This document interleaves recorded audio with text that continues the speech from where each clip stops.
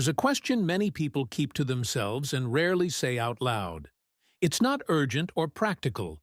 It's not the kind of question you answer with a quick search or a simple fact. It's more of a feeling, the sense that something isn't quite clear yet, that behind what you can see there's something more, that it's worth pausing for a moment before moving on. That feeling has a shape, and that shape can be thought of through the number 7. To understand 7, it helps to briefly recall what came before. 6, explored in the previous chapter, can be associated with harmony, care, responsibility toward others, and the desire for things to fit together.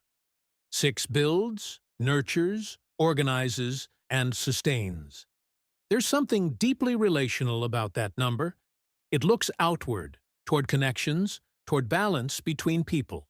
But after 6, something shifts. 7 arrives. And 7 doesn't look outward. 7 looks inward. In many symbolic traditions, 7 is often interpreted as the number of searching, reflection, and depth. Not a number of immediate action or visible celebration, but the number of the pause that thinks. It's the moment when the external harmony that 6 built starts to become an inner question. It's no longer enough to care or to belong. The need to understand appears, not just to be well, but to know why. Not just to solve, but to know what lies behind what gets solved. A simple way to picture this: there are people who, after an important conversation, can't stop turning it over in their mind. Not because they're anxious, but because something caught their attention, and they need to process it slowly. They go for a walk alone. They sit by the window and stare. They jot down a few notes in a notebook, not for anyone else, just to think more clearly. That tendency to not settle for the first reading of things, to want to understand at a deeper level, is one way of recognizing the energy that 7 can symbolize. As a symbol, 7 can be associated with careful observation, analysis, research, concentration, deliberate silence, and a genuine desire to understand. It doesn't settle easily for surface explanations.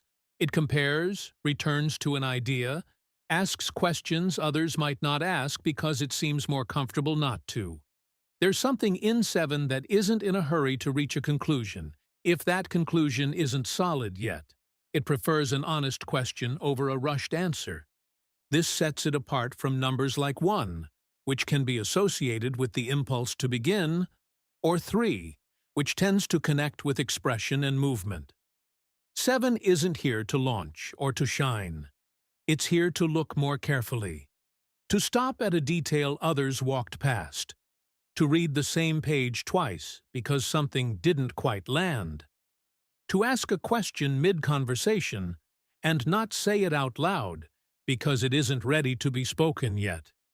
In everyday life, 7 shows up in many concrete situations, in the person who researches thoroughly before making a decision, even if that takes longer than it would for others. In someone who keeps a notebook full of observations they don't share with anyone, not because they're secret, but because they're part of a thinking process that isn't finished yet. In someone who prefers a quiet library to a noisy gathering, not necessarily out of shyness, but because silence is where they think best. In someone who takes a long pause before answering something important, not because they don't know what to say, but because they want to say it well. It also shows up in how people relate to knowledge. 7 tends not to be satisfied with knowing something on a surface level. It wants to understand how it works, why it works that way, and what lies behind the standard explanation. There's a difference between collecting information and learning to look closely. The first can be done quickly, with data and summaries. The second takes time, concentration, and a willingness to sit with a question without immediately resolving it. 7 has far more in common with the second.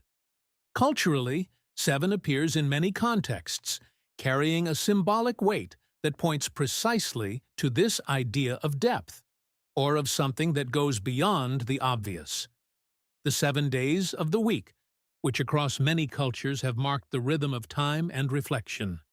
The 7 musical notes, which when combined generate a complexity that exceeds any one of them.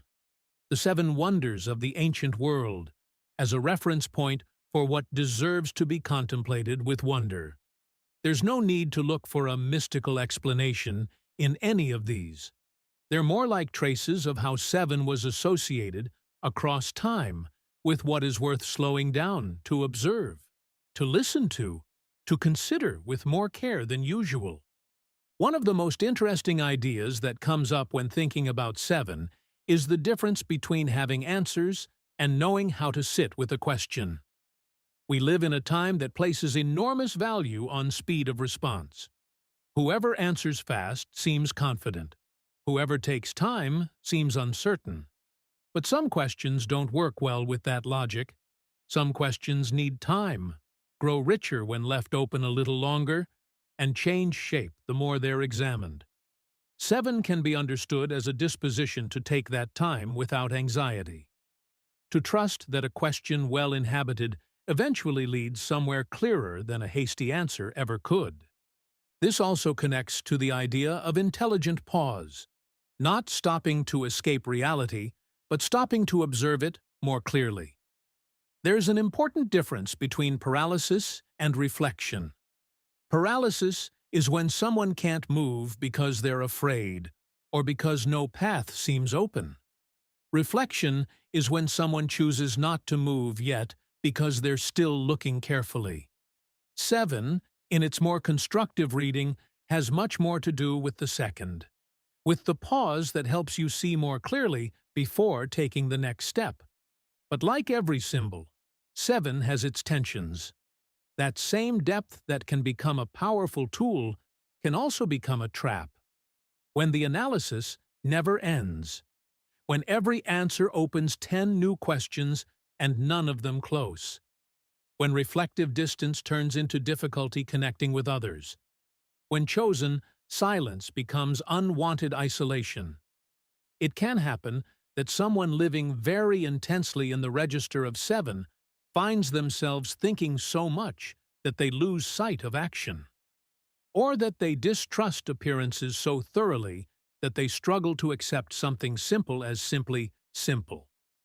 That's not to say 7 is better or worse than other numbers in this regard. Every number has its strengths and its shadows as a symbol. Depth can illuminate, or it can close you in. Searching can open paths, or it can become a maze. Thinking can clarify, or it can complicate things unnecessarily. What's interesting about 7 is precisely that tension. It's the number that most honestly acknowledges that not everything is known immediately, that not everything is easily explained, that some things require sustained time and attention. And that is, at once, its greatest strength and its greatest challenge. If 6 can be thought of as the number that cares and connects, 7 can be thought of as the number that asks what that care and connection actually mean. Not to invalidate them, but to understand them more fully. There's something deeply human in that need. We may be the only beings who don't just live, but ask ourselves how and why we live. Who don't just solve problems, but stop to wonder whether we're solving the right ones. Who don't just receive information, but need to organize it into something that makes sense. 7 can be read as an invitation to take that capacity seriously, to stop treating it as a luxury or a waste of time, to recognize that looking carefully, thinking with intention, and sitting with questions that have no immediate answer isn't indecision or weakness.